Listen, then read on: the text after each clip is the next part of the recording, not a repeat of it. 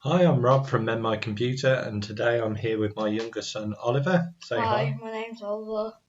And today we're going to show you how to manually back up or transfer your images from your digital camera onto your computer. So if I open up our camera here, On the side.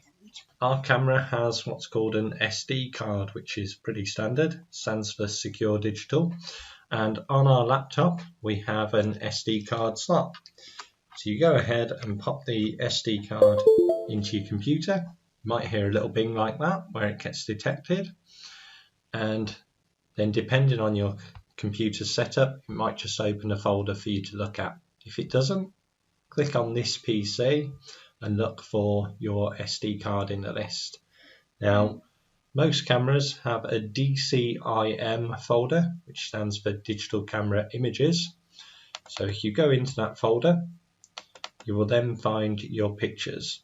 So here we've got a list and we've sorted it by date. So we're only interested in the photos that we took yesterday. So we're going to scroll down this list until we get to another date. So there we are. We haven't used this since the 4th of March, which was what, Oliver? Your brother's birthday. So let's select that image from the 23rd.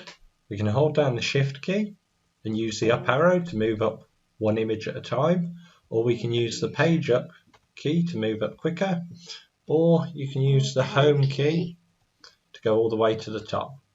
Now, if you know your keyboard commands, you can press Ctrl and C to copy, or if you're not too good with keyboard commands, come up to the top menu and choose copy, and then choose a location that you want to copy these to. So again, if you know your keyboard commands, you can do Control and V for paste, or if you're not too good with that, if you expand out the top menu here, you've got paste. Leave this to copy all of your images.